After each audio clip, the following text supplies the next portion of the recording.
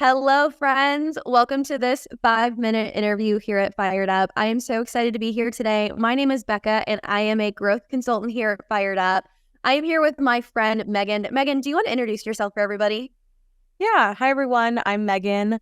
I am currently a junior at the University of Illinois, Urbana-Champaign, and I am the Vice President of Recruitment for Alpha Epsilon Phi new chapter. Awesome. Well, Megan, I know so much about you and your chapter. I've gotten to work with AEPhis across the country, and specifically you for what feels like almost a year now, which has been awesome. But for some of our friends here who haven't gotten to work as in depth with you, tell me a little bit about how you got this opportunity to be VP of Recruitment. Tell me a little bit about where the chapter has been, and a little bit maybe more about University of Illinois' AEPhi chapter's background. Yeah. So I came into this position. I went through formal recruitment my freshman year in fall of 2021. And I fell in love with just the process of it, and just all the analytic work of recruitment. And so once I joined AEPhi, I knew I wanted to do something in the recruitment realm. And then I got word of the recruitment assistant position, and I was like, oh my gosh, I have to do it. So I was a recruitment assistant the spring of my freshman year to the fall of my sophomore year. And then in my sophomore year, I had the opportunity to run for our executive board, and I ran for the vice president of recruitment. And here I am today as the vice president of recruitment. So yeah, I just knew I always wanted to go into something in the recruitment realm and just really get my hands in it and just really learn more about what goes on behind the scenes from an active's point of view. So here at the University of Illinois, we do participate in formal recruitment. And we also do continuous open bidding in the fall semester and also in the spring as well. So recently in most recent years, almost all chapters do continuous open bidding. And that is due to the number of PNMs that are choosing not to go through formal recruitment, and also the number of PNMs that are withdrawing from formal recruitment. Continuous open bidding and just informally rushing is something that's becoming more popular on University of Illinois' campus. If you ask someone 10 years ago what continuous open bidding was, they'd be like, what even is that? We don't do that here at Illinois. But it's definitely something that's become more popular with not just AEPhi here on campus. We've done COB for as long as I can remember, but definitely for other chapters as well. It's definitely becoming something that they also utilize a lot more as well. So that's kind of the trends here at Illinois and kind of how I landed into this position as well.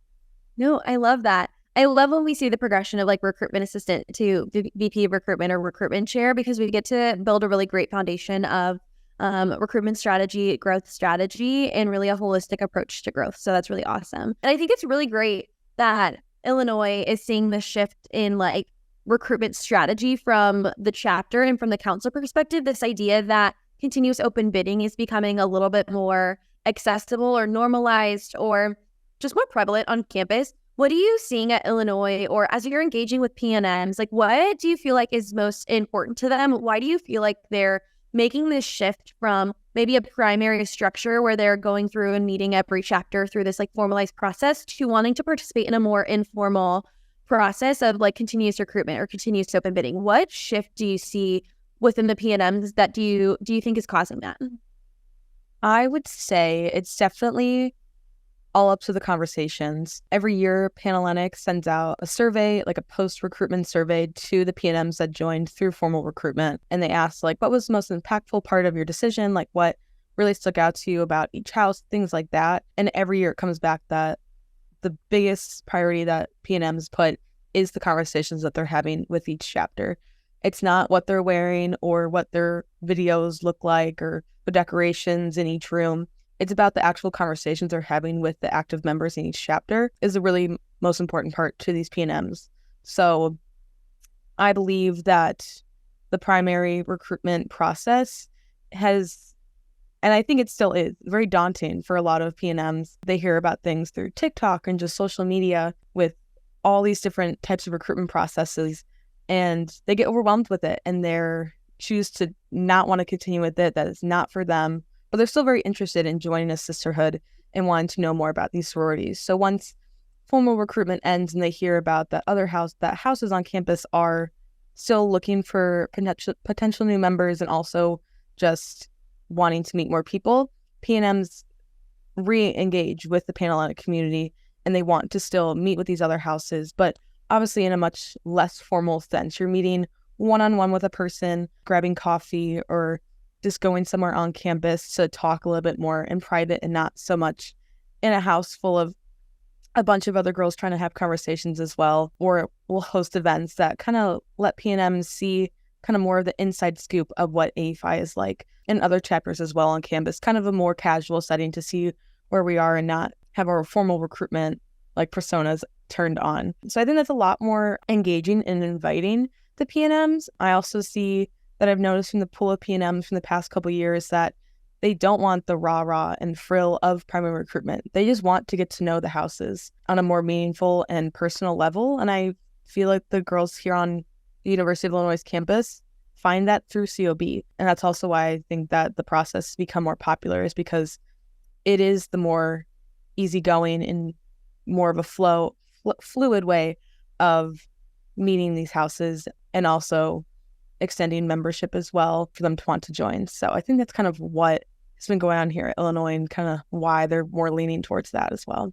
Yeah. They just like want fraternity and sorority to be more normal, right? Like they're like, want it to be more fun and engaging and like normal for me to go through. Like you said, like they don't want the rah-rah of door chants and like shouting at them and all of these like really great like big outfits or hair or things like that, right? They're like, just tell me who you are and like what you value. And we're really kind of valuing more of that like social excellence piece of recruitment, right? Like I want to get into being authentic and genuine and vulnerable with you so that I can figure out if you're the right person for my people, right? The right people for my people join people. So I love that. I love that you're noticing that on campus. How have you shifted some of your recruitment, some of your growth strategy with the chapter to make meaningful impact in growth in that way? How are you addressing the shift from rah-rah to more conversations-based recruitment strategy?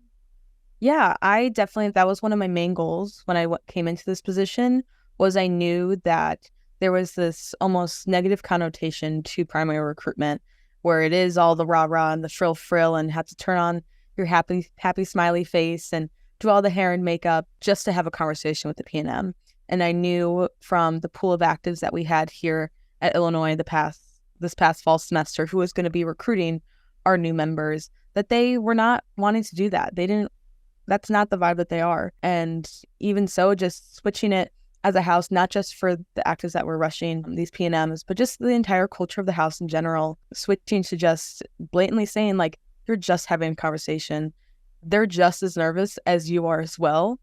So don't worry about if you say the wrong thing or you trip over your words a little bit. They're internally freaking out as well. And we also took the pressure off of if they were talking to someone who was a legacy or someone that might have been on our wish list who we really wanted. We took that pressure off of them. We wouldn't tell them ahead of time if they were going to be talking to someone like that.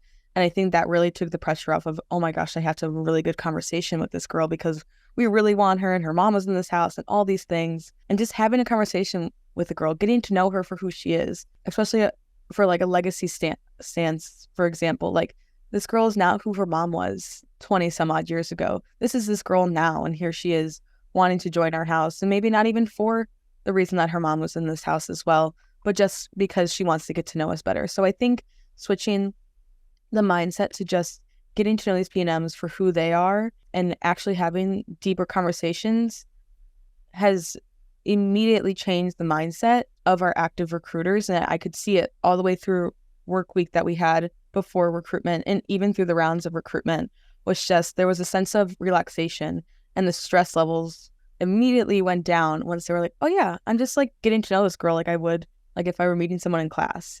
So it was just making things more in the normal scenarios, and just, yeah, you're going to go upstairs and talk to someone, and then I'll come and dismiss you, and then you can leave. Just watering it down to the basics of the basics made everything 10 times easier, and took all the pressure off of the actives, and allowed them to focus more on the conversations that they were having, and not worried about, oh, I forgot to mention that we did this, or we do this, or whatever.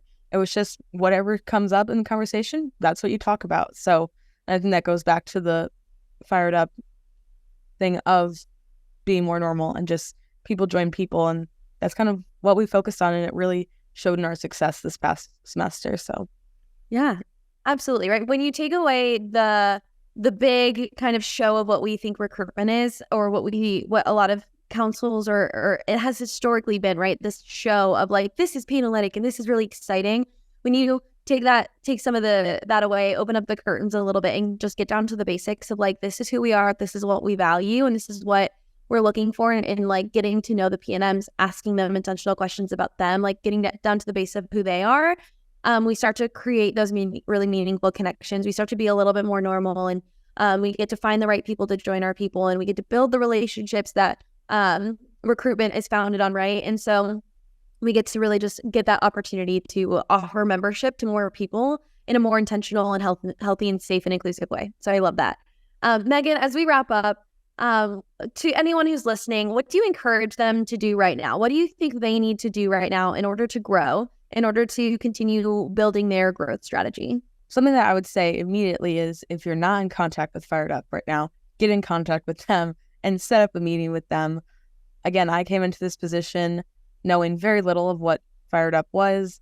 I knew that we had meetings with them, but I didn't really know what we used them for. But now, looking back, that's one of the first things I'm going to tell our next vice president of recruitment is schedule a meeting with Fired Up and get all your ducks in a row with them. And also, everyone that works at Fired Up, they help take all the pressure off of like the administrative things. I've used Chapter Builder so much through our spring semester of continuous open bidding, and it really helped me like just put it all into Chapter Builder and just kind of let the magic happen through there. Something I would also say is just gauge who you have in your house right now, because those are the people that are going to be recruiting your potential new members. See how I looked at my actives and knew that they didn't want to do the rah-rah of formal recruitment. They wanted to just get to know these girls. And you only get to know that information if you gauge your active members within your house and who is actually recruiting the girls that you want to join. Something else I just say in general is just to take a breath. Coming into any executive position or just any position in the recruitment realm, it's going to be overwhelming and stressful. But if you just take a breath, everything's going to be okay. And also to lean on other people in your chapter as well, your other exec board members, your advisors, people at Fired Up, to lean on other people when you need support and when you need to brain dump or just rant or anything like that. Leaning on other people will help your job and your mental health feel so much easier and more at ease. So that's kind of some tips I would say. I love it, Megan. So many important things. Connect with Fired Up. Lean on other people. Like, you don't have to take on the stress of the entirety of your growth strategy and recruitment by yourself. And really just like know that you've got it. Take a breath and be excited to engage and enter on the journey of growth for your organization, for your chapter. So thank you, Megan, for doing this little 5-minute interview with me, probably a little bit more than 5 minutes. I'm really excited to be able to show off AEPhi Illinois' success and just celebrate that with you. And for everybody who is watching, make sure you check out all of our resources online. We've got free resources on the website, as well as get connected with Fired Up if you haven't already. And have a great rest of your day and stay fired up.